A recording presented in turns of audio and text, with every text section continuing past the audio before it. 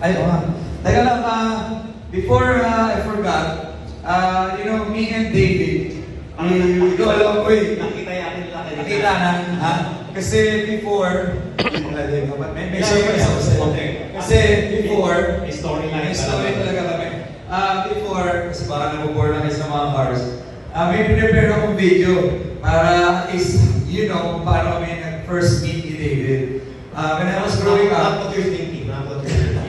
when I was growing up, I was watching his show all the time. So, Battle of the Brains. Battle of the Brains. Naalala niyo ba yun?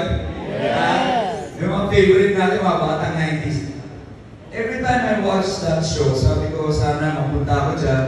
Actually, I imagine myself inside that show. And one day, na-invite ako ng teacher ko para mag-represent nung school namin. Nagulat ako kasi I wasn't part of the top section. You wouldn't believe that. Why were you chosen, by the way? Hindi ko maalam eh. By fate sometimes, by visualization. I don't know. Hindi pa ako ganun katalino nun. Hindi ko nga naman ako napili. We were both at the lowest section. But our coach saw something in us. I don't know what. Rest in peace, Prof. Castro. But dahil doon, nabago rin yung buhay ko. This was actually my first TV appearance on your show. Na nagdadasal ako araw-araw na sana mapunta ako dyan. Tapos napili ako, talagang nag-pray ako sa church kasi sabi ko, Lord, sana wag ako mapahiya kasi nakakaya sa lugar namin sa Sampalo. Kasi nakapanood na ako ng show na may mga hindi nakakasagot. Kahit isa. Sabi ko, Lord, kahit isa lang makasagot ako.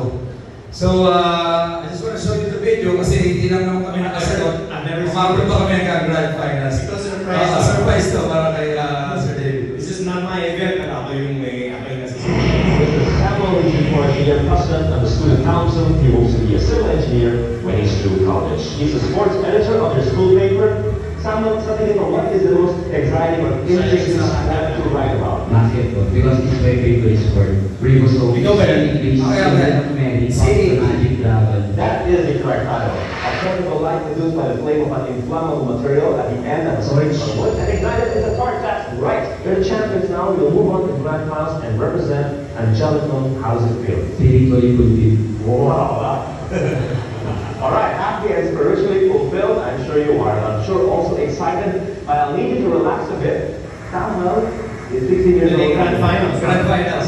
Ano ka kung tayo? Study. Tulad na, okay, give me one unique way of studying. Exercising. Watching TV. Okay na. Paano po pasok yung study nila? When I watch TV, I learn a lot of things. O habang i-exercise yung Be physically prepared. Okay, consider last time pagkatapos ito. So, prepare ka. Kasi sa pagkakala ko lang paano ko tatapos. That's right, of course.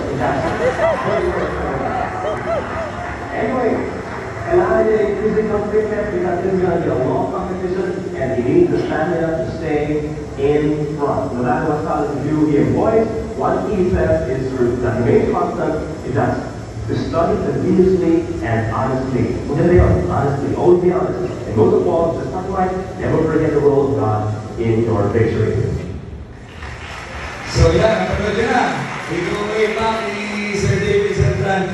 Reunion pala to. Dahil dun sa show na yun, kahit pa paano mabago yung buhay ko kasi dyan ako unang kumita ng pera. That's right. And because you became an honor section, you became an top 10 sa school.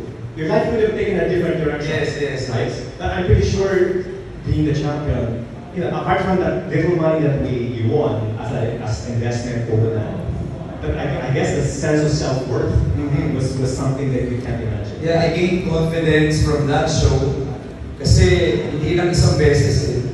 4 na beses kami nanalo at lumaban. So nakikita namin yung confidence growing every episode. Nakita niyo naman, spiritually fulfilled. Napanood niyo ba?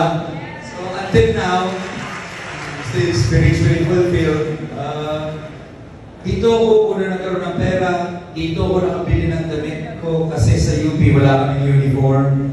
So civilian kami. So dito ako nakabili sa Green Hills, nakabili ako ng mga magagandang susod ko, araw-araw. So thank you sa Battle of the Brains, thank you Sir David, at naging part na ng journey ko.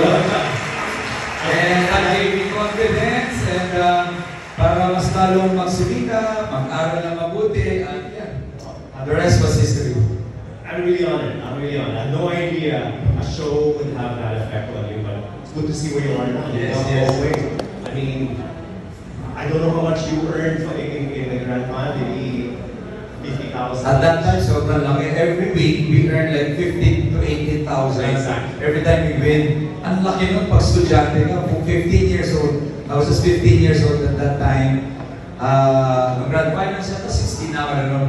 So, malaki pera nung time na yun. And yun, dinili ko ng the usual. Wala akong damit. Yan ako lang mabili.